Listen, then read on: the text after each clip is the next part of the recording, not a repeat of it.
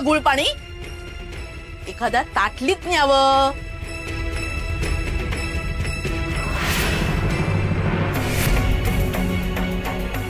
अगो बाई, दाखव. हे काय? पोचा कसा पडला तांब्याला?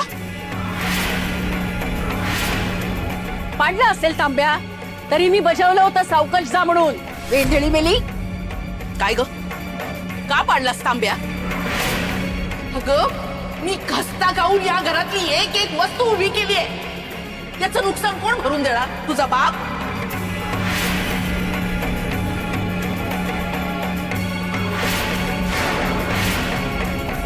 ए, डोळे नाही दाखवायचे मला. तांब्या का पाडलास? हो, पाडला नाही हो मी, तो चुकून निसटला हातातून. बरोबर आहे, हातच फाटके ना आमचे. तुला काही शिक्षा भोगायची हौसच आहे का ग? त्याशिवाय करमत नाही तुला?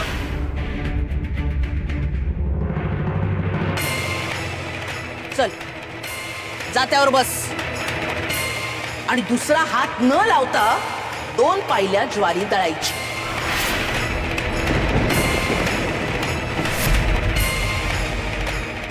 जाऊ बाई, हिच्याकडनं 2 पायल्या ज्वारी दळून घ्या. चल ग, लाग कामाला.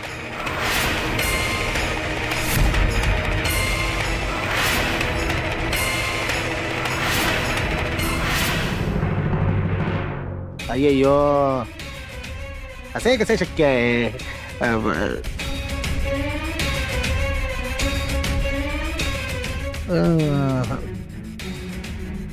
गडबड गडबड गडबड हो, शक्य नाही हो. हे कसं शक्य आहे? गडबड आहे हो हिशोबात. काय झालं दामू काका? नाही म्हणजे तुम्हाला काका म्हटलं तर चालेल ना? अय्यो, चालेलच की हो. ते काका बोलून तुम्ही माझा सन्मानच केलात की हो. अय्यो, मला तुमच्या कुटुंबाचा भागच बनवलात की हो मालक. ठीक आहे ठीक आहे, तुमच्याकडून त्याच विश्वासाची अपेक्षा आहे दामू काका. जी मालक. आता सांगा, तो कागद बघून असे का गोंधळत तुम्ही? अय्यो, ते व्याजाचा ताळमेळ बसत नाहीये हो. आणि कसं आहे मालक, आपला व्यवसाय व्याजाचा की हो. एका पैक्याची चूक पण भारी पडते ना. अहो, दिसताना एकच पैका दिसतो, पण अशा 40 चुका झाल्या की झालं ना हो 1 रुपयाचं नुकसान. आणि 1 रुपया म्हणजे लहान रक्कम आहे का बाप? बघा.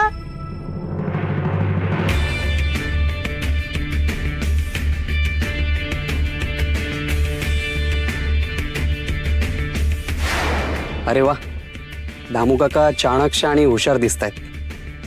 1 पैक्याचं मोल आहे म्हणजे बाबाजींनी योग्यच माणूस पाठवला म्हणायचा. सखूला कसे गाठता येईल, आणखीन कसे घाबरवता येईल. परसदारी जायला हवे. काय काढायचे निमित्त म्हणतो मी.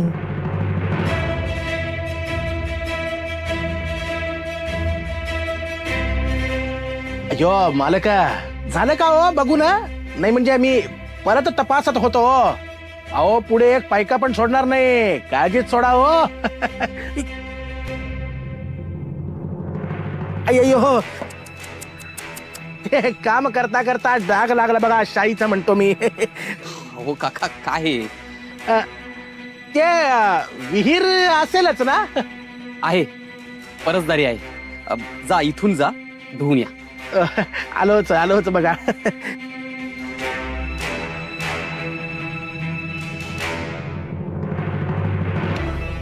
चांगला मुनीम मिळाला. मनावरचं ओझं हलकं झाल्यासारखं वाटतंय.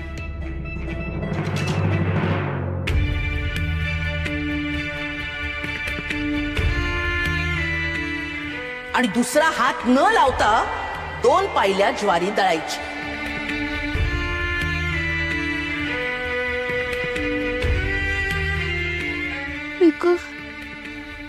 दुखायला लागलाय विठुऱ्या.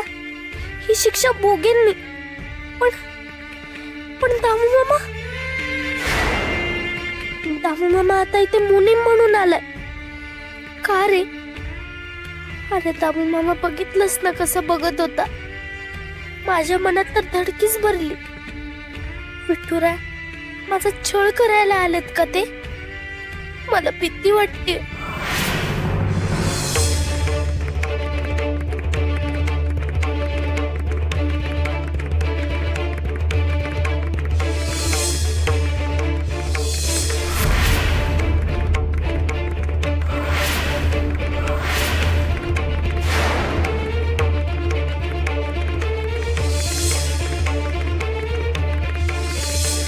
थोडा तोरा दाखवत होतीस ना तू. ये तुझा तो काय ते संकल्प, तुझं ते दिव्य, अरे पूर्ण होऊच देत नाही मी. विठुरा अरे कलश डोक्यावर घेऊन अग्नी दिव्य करायला गेले होते तेव्हा पण रात्री रानात मला घाबरवायला आले होते. आधी सासूबाई वंस मला रडवतात. आता दामू मामा आलाय. आता कसं रे होणार माझं विठुरा?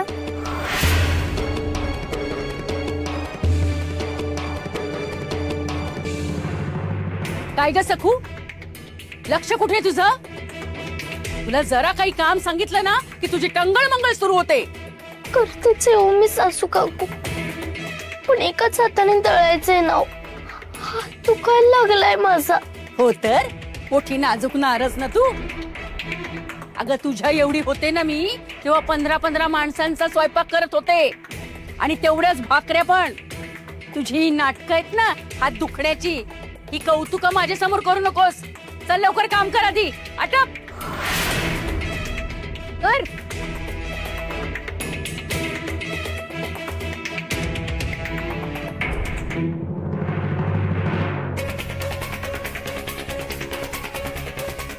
वा वा वा वा दामू शेठ, बरीच शक्कल लढवली तो शाईची. त्या निमित्तानं बघून ठेवा म्हणतो मी घराचा सगळा परिसर. मगाशी तो दिगू होता समोर, सखूला पुरेसे घाबरवता नाही आले हो. आता बघूया कुठे दिसतंय का ती.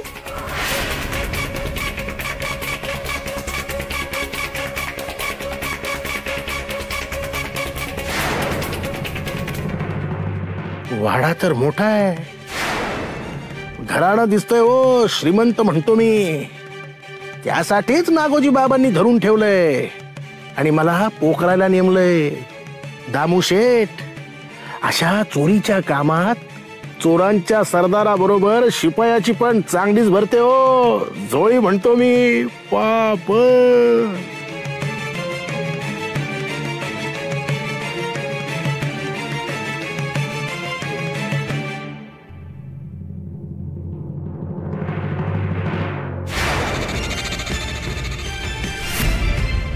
मालकीन बाई,